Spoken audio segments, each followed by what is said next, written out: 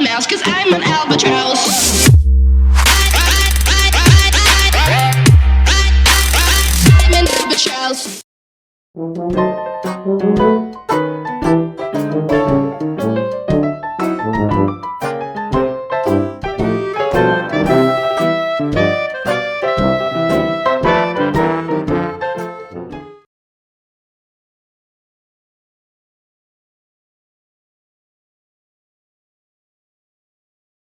Lyra scurried down in time with her, leaving the pile of books on the floor.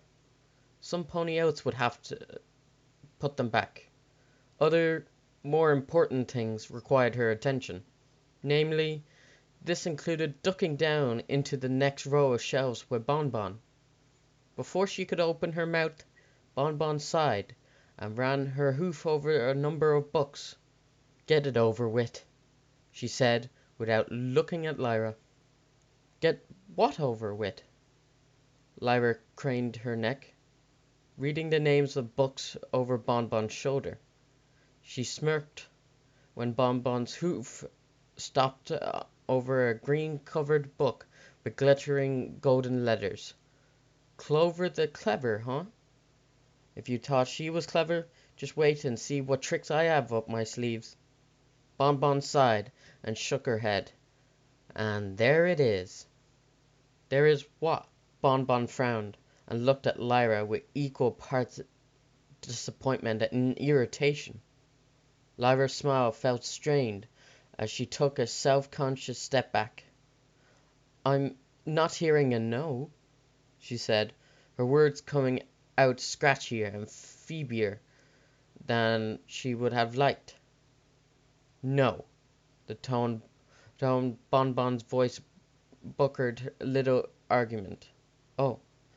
A hoof found its way to her shoulder. Lyra followed it to its owner, whose eyes were softened somewhat. "This isn't going to work, Lyra. I'm sorry, but I just won't." Lyra's eyes dropped to the floor as the finality of those words. Her ear flickered as Bonbon walked away towards the front. The stallion behind the register grunted a thanks as she gave him a few bits in exchange for a thin book with a worn blue cover. She spared an almost pitying glance before she left the shop, and Lyra watched her go. As soon as the door shut, she sank into her haunches. Her shoulders rolled as she sighed, letting her eyes roam over the collection of books in front of her, without taking in any of the titles of the authors. It didn't add up. She could do anything on St. Paddy Wagon's Day. She got a role as a soloist in the Royal Canterlot of Antigone of St. Paddy's Day last year. When she moved to Ponyville, she haggled a kindly mare moving to Manhattan down to selling her house for next to nothing. When she was younger, she scheduled an audition to the Canterlot Conservatory on St. Patrick's Day. She was accepted with a full-year scholarship. Some might say that it was just because she was just talented, but a stubborn, immovable part of her sensed that there was something more to it. The look of the nailless was real, as far as she was concerned. Grandma Heartstrings never lied to her. So why is it failing her now?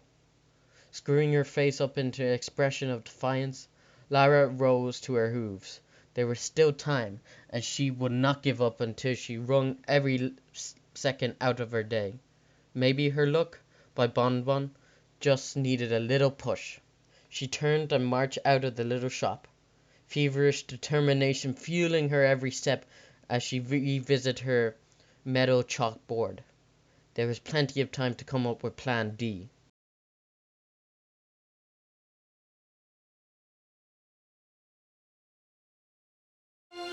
You may call it a crash, I call it a flying. Here to perform in this deserted island.